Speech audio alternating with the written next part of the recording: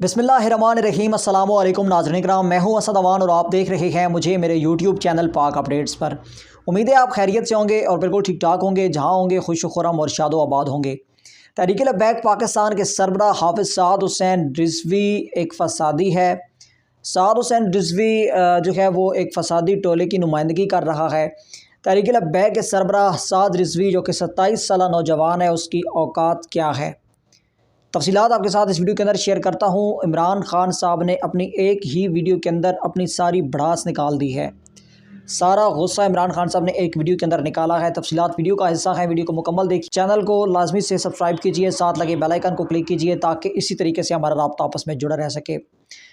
ناظرین کرام، تحریک لبیک وہ واحد جماعت ہے جو کہ پاکستان کے اندر اپنی نوعیت کی ایک ایسی جماعت سامنے آئی ہے جو کہ بڑے تھوڑے عرصے میں اتنی مقبول ترین جماعت بن چکی ہے۔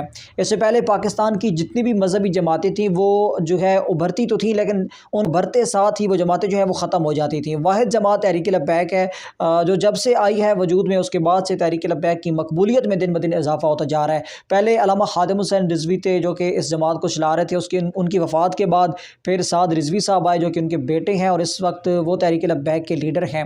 جب سعد حسین رضوی صاحب تحریک لبیک پاکستان کی قیادت سنبھالنے آئے تھے تو اس وقت کچھ جملے جو ہے وہ سعد رضوی صاحب کے متعلق بہت وائرل تھے۔ پہلا جملہ یہ تھا کہ سعد حسین رضوی جو ہے وہ ایک فسادی ٹولے کی نمائندگی کر رہا ہے اور اس کی اوقات کیا ہے، وہ تو 27 سالہ نوجوان ہے جو کہ کھجرے کے اندر رہتا ہے۔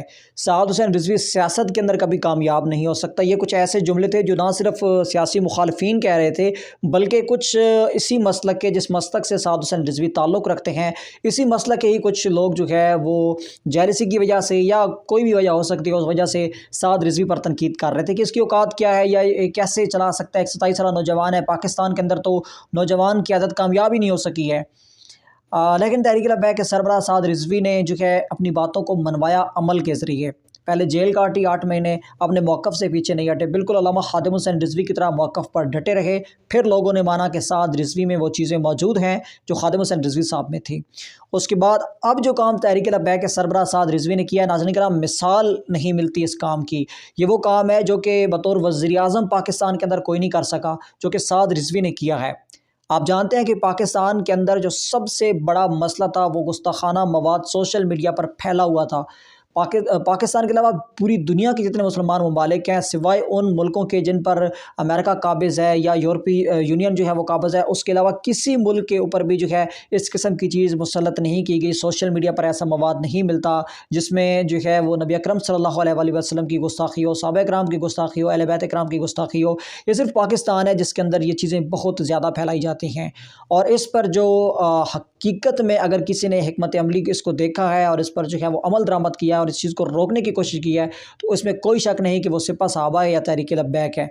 اور اب سعد رضوی صاحب نے وہ کام کر دیا ہے ناظرین کرام کہ اگر پاکستانی قوم کے اندر دماغ ہوا اور سوچ رکھتی ہوئی تو وہ ضرور یہ بات سوچے گی کہ اس سے پہلے پاکستان کے اندر کسی لیڈر نے ایز اے وزیر اعظم بھی ایسا کام نہیں کیا جو سعد رضوی نے بغیر کسی سیٹ کے کر دیا ہے۔ سعد حسین رضوی سپریم کورٹ کے اندر گئے، کچھ نہیں بولے، وہاں پر کوئی انہوں نے جو ہے کسی قسم کی پریس کانفرنس نہیں کی، باہر آ کر واویلا نہیں کیا، خاموشی سے گیا، کام پورا کروایا، کام کروا کے واپس آ گئے۔ اس بات نے سعد حسین رضوی صاحب کی قیادت کی مضبوطی میں وہ کیل ٹھونک دی ہے ناظرین کرام کہ اب کوئی چاہ کر بھی تحریک لبیک کے سربراہ حافظ سعد رضوی کی قیادت پر انگلی نہیں اٹھا سکتا۔ دوسری جانب اگر بات کروں عمران خان صاحب کی، تو ناظرین کرام ایک ہی ویڈیو کے اندر اپنے غصے کے اندر آ کر انہوں نے اپنی اصلیت خود واضح کر دی ہے۔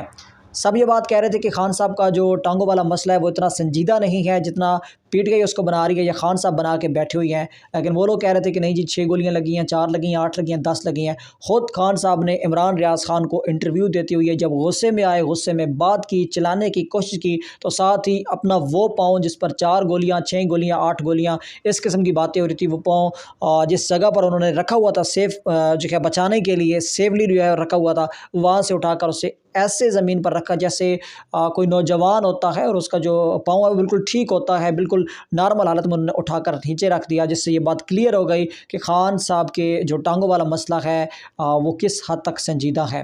اپنی رائے کا اظہار کمنٹ سیکشن میں لازمی کیجیے گا۔ ملیں گے نئے ویڈیو میں، تب تک کے لیے اپنے میزبان اسد اوان کو اجازت دیجیے۔ اللہ حافظ۔